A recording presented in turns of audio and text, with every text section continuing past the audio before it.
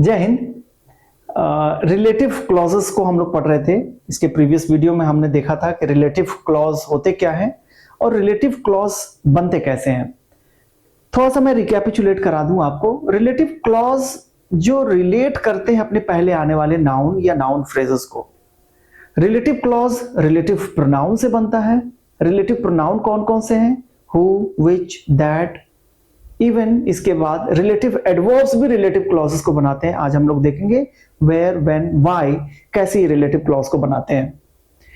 उसके बाद से मैंने आपको एक चीज और बताया था, जैसे एक सेंटेंस है, an instrument that is used to measure temperature is called a thermometer.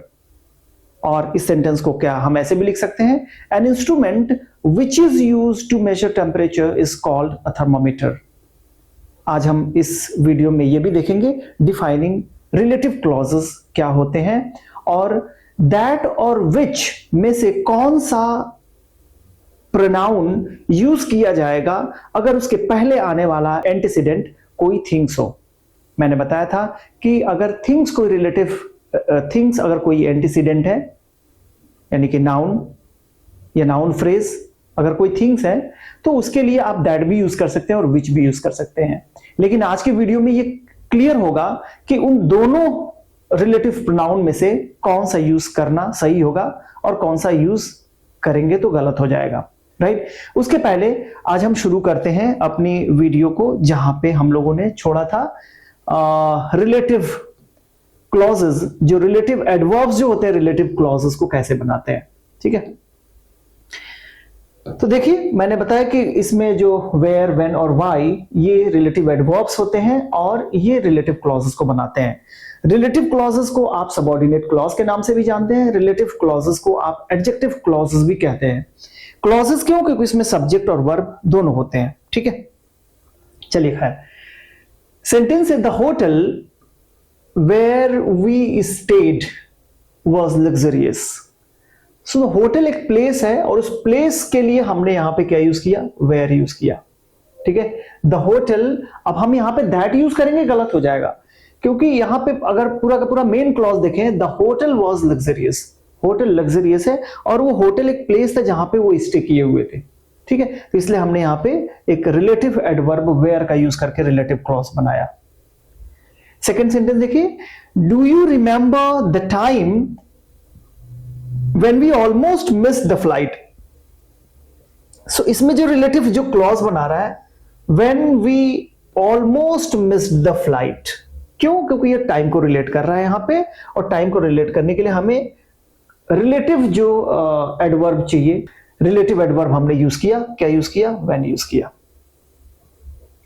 ठीक, यहां पे देखिए, Manu told me the reason why he was late. तो यहां पे जो रिलेटिव जो क्लॉज बना रहा है वो रिलेटिव एडवर्ब व्हाई यूज कर रहा है। क्यों? क्योंकि यहां पे रीजन को, यहां पे जो रीजन है, रीजन को इलैबोरेट किया जा रहा है। Manu told me the reason. ठीक है, क्या रीजन बताया उसने? व्हाई ही वाज लेट, वो लेट क्यों हो गया ये उसने बताया। तो यहां पे व्हाई, व्हेन और वेयर का यूज करके हमने रिलेटिव क्लॉज बनाया। हम चलते हैं नेक्स्ट, हमारी स्लाइड्स है यहां पे डिफाइनिंग रिलेटिव क्लॉजेस। ये सबसे इंपॉर्टेंट टॉपिक है। डिफाइनिंग रिलेटिव क्लॉजेस हम किसको बोलेंगे? डिफाइनिंग रिलेटिव क्लॉजेस कुछ अलग से नहीं है, वो रिलेटिव क्लॉजेस ही आप उसको पहचानना है कि वो डिफाइनिंग है कि नॉन डिफाइनिंग है। अगर वो अपने एंटीसीडेंट को डिफाइन करता है, यानी कि वो नेसेसरीली यूज हुआ है, वो उसके न यूज करने से मीनिंग पे फर्क पड़ेगा। ठीक है, तो वो डिफाइनिंग रिलेटिव क्लॉज होगा। यानी कि अगर हम जो भी क्लॉजेस यूज कर रहे हैं यहां पे, जैसे कि हमने एक रिलेटिव क्लॉज यूज किया बॉय को डिस्क्राइब करने के लिए, who Yeats too much pizza. ठीक है, तो क्या इसके मीनिंग के लिए ये नेसेसरी है कि नहीं है, एसेंशियल है कि नॉन एसेंशियल है? अगर ये एसेंशियल है क्लॉज तो हम इसको डिफाइनिंग रिलेटिव क्लॉज बोलेंगे।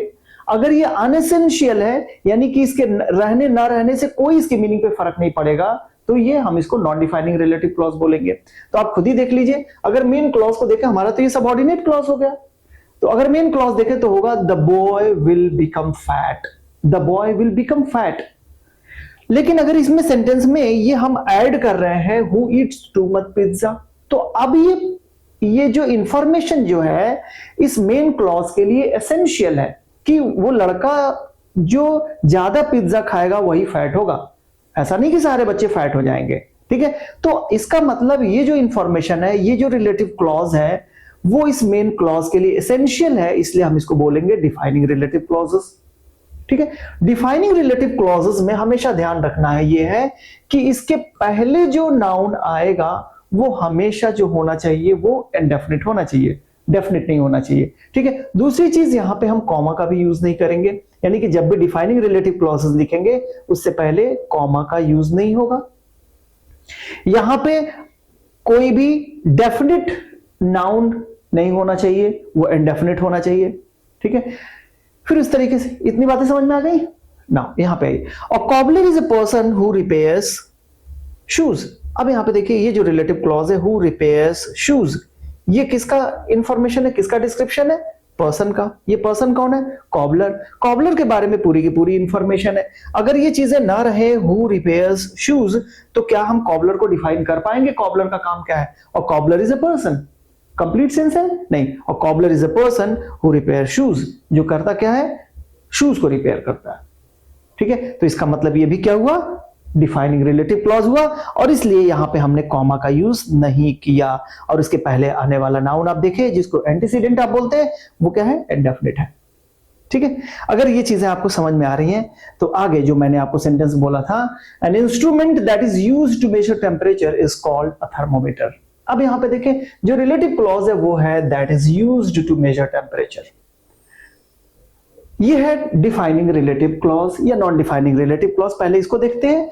N instrument is called a thermometer. ऐसा तो नहीं है कोई भी इंस्ट्रूमेंट को आप थर्मामीटर बोल देंगे, तो इसका मतलब ये इनकम्प्लीट सेंस देगा। अगर हम इसको डिस्क्राइब करते हैं इससे, that is used to measure temperature, जो टेम्परेचर को मेजर करने के लिए यूज किया जाता है, इसका मतलब ये हुआ कि अगर इसमें ये ऐड किया जाए, यानी कि ये इंफॉर्मेशन जो है, जो रिलेटिव क्लॉज जो है, ये एसेंशियल इंफॉर्मेशन है, ये नहीं होने से इसके मीनिंग पे फर्क पड़ेगा, इसलिए हम इसको बोलेंगे डिफाइनिंग रिलेटिव क्लॉज, ठीक है। अब डिफाइनिंग रिलेटिव क्लॉज देखो किसको डिफाइन कर रहा है यहां पे, ये यानी कि ये जो रिलेटिव क्लॉज बना रहा है, ये सबऑर्डिनेट जो क्लॉज बना रहा है, वो इस नाउन फ्रेज की पूरी इंफॉर्मेशन है। अब ये नाउन जो फ्रेज जो है वो क्या है, इंडेफिनिट है, एन इंस्ट्रूमेंट, और ये थिंग्स है। जब थिंग्स है तो यहां पे दैट का हमने यूज किया, विच का यूज तो नहीं किया। अगर यहां पे विच का यूज करेंगे तो ये चीजें गलत होंगी। क्यों गलत होंगी, क्योंकि डिफाइनिंग रिलेटिव क्लॉज जो होता है ना, डिफाइनिंग रिलेटिव क्लॉज जब किसी थिंग्स को डिफाइन किया जाता है, राइट, और वो इनडेफिनिट होता है, तो उस कंडीशन में हम दैट का ही यूज करते हैं, विच का यूज नहीं करते, ठीक है। यहां पे देखिए, children who wish to attend must get a letter of permission from their parents. Again यहां पे defining relative clause, children who wish to attend, who wish to attend, उन्हीं को लाना पड़ेगा, must get a letter of permission from their parents, यानी कोई भी children जो अटेंड करना चाहता है, ठीक है, वो उसको क्या लाना चाहिए, लेटर ऑफ परमिशन अपने पेरेंट्स से लाना चाहिए। अब यहां पे ये जो है चिल्ड्रन के बारे में पूरी की पूरी इंफॉर्मेशन है। चिल्ड्रन कोई स्पेसिफिक तो है नहीं, नॉन स्पेसिफिक, और दूसरी चीज हमने कॉमा का भी यूज नहीं किया है, तो यानी कि ये है क्या, हमारा डिफाइनिंग रिलेटिव क्लॉज है, नॉन डिफाइनिंग नहीं है। ऐसा नहीं कि किसी भी चिल्ड्रन को लेटर ऑफ परमिशन लाना पड़ेगा, नहीं, जो अटेंड करना चाहता है सिर्फ उसी को लाना पड़ेगा, राइट। तो ये इस मीनिंग में, यानी कि जो एडिशनल इंफॉर्मेशन है वो इस मेन क्लॉज के लिए एसेंशियल है, इसलिए हम इसको डिफाइनिंग रिलेटिव क्लॉज बोलेंगे, ठीक है। नेक्स्ट देखिए, अब ओमिशन हम कैसे करेंगे, यानी कि जो हम रिलेटिव प्रोनाउन जो यूज कर रहे हैं, रिलेटिव प्रोनाउन जो रिलेटिव क्लॉजेस को बना रहे हैं, या रिलेटिव एडवर्ब्स जो रिलेटिव क्लॉजेस को बना रहे हैं, तो हम किस कंडीशन में उसको रिमूव कर सकते हैं, यानी कि ना लिखे तब भी कोई फर्क नहीं पड़ेगा। तो अब यहां पे समझते हैं, जैसे ये सेंटेंस देखिए, लिखा हुआ है this is the car which oblique that the thieves used to escape. तो सबसे पहले हम रिलेटिव क्लॉज को पहचाने। रिलेटिव क्लॉज यहां पे है which oblique that the thieves used to escape, ये आपका रिलेटिव क्लॉज है। अब यहां पे हमने इस कार को रिलेट करने के लिए हमने विच या दैट का यूज किया, ठीक है। थिंग्स है, हमें विच का भी यूज कर सकते हैं, दैट का भी यूज कर सकते हैं, लेकिन अब इसको हम चाहे तो रिमूव कर सकते हैं। क्यों, क्योंकि इस रिलेटिव क्लॉज में ये जो है ना, ये जो यहां पे क्या है, आपका थीव्स सब्जेक्ट है, और यहां पे हम जो यूज कर रहे हैं यूज्ड टू, यहां पे ये वर्ब है, ठीक है, हालांकि मॉडल वर्ब की तरह हम यूज करते हैं, लेकिन ये वर्ब का ही एक पार्ट है। तो यहां पे सब्जेक्ट है और इसका वर्ब यहां पे दिया हुआ है, यूज्ड टू एस्केप, राइट।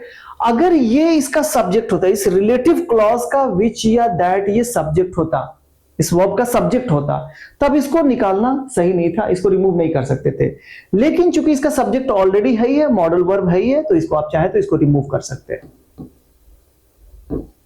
ठीक है, इस सेंटेंस को देखिए, this is the car that which runs on hydrogen. अब यहां पे रिलेटिव क्लॉज जो है वो है that which runs on hydrogen. ठीक है, जो इस कार को डिफाइन कर रहा है। अब यहां पे देखिए कार क्या है, थिंग्स है, थिंग्स के लिए हमने दैट भी यूज किया, विच भी यूज किया, लेकिन इस वर्ब का सब्जेक्ट ये रिलेटिव प्रोनाउन ही है, यानी कि ये इसको आप यहां से रिमूव नहीं कर सकते, आपको ये लिखना पड़ेगा, this is the car that runs on hydrogen या विच रन्स ऑन हाइड्रोजन।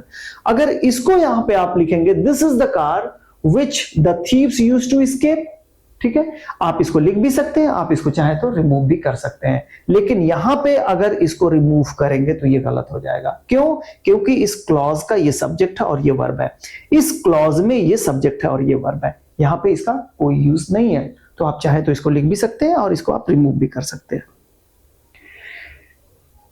इस सेंटेंस को देखें, the reason why he came early was to avoid the rush. The reason why he came early, ये आपका रिलेटिव क्लॉज, रिलेटिव क्लॉज है, ठीक है।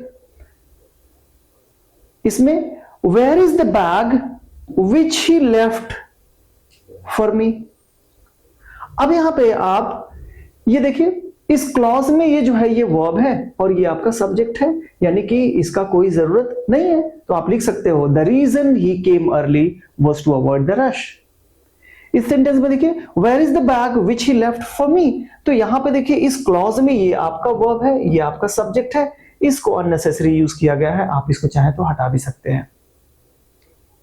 Clear हो रही है कि कब हम इस रिलेटिव प्रोनाउन को हम हटा सकते हैं, कब हटाएंगे, जब वो अननेसेसरी यूज हुआ है। कब अननेसेसरी यूज हुआ है? जब वो रिलेटिव क्लॉज में अगर वो रिलेटिव प्रोनाउन खुद सब्जेक्ट का काम कर रहा है तो उसको रिमूव नहीं करेंगे, लेकिन अगर वो सब्जेक्ट की तरह काम नहीं कर रहा है तो उसको हम क्या करेंगे, रिमूव कर देंगे।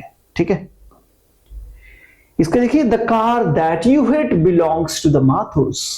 That you hit, that you hit, ठीक है। अब ये रिलेटिव क्लॉज है, रिलेटिव क्लॉज में हिट ये वर्ब है और यहां पे ये सब्जेक्ट है, दैट अननेसेसरी यूज हुआ है, आप इसको चाहे तो हटा के सेंटेंस लिख सकते हैं, the car you hit belongs to the Mathurs. I hope you find this lesson very interesting, and if is it so, kindly share among your friends. See you in the next video. Thank you.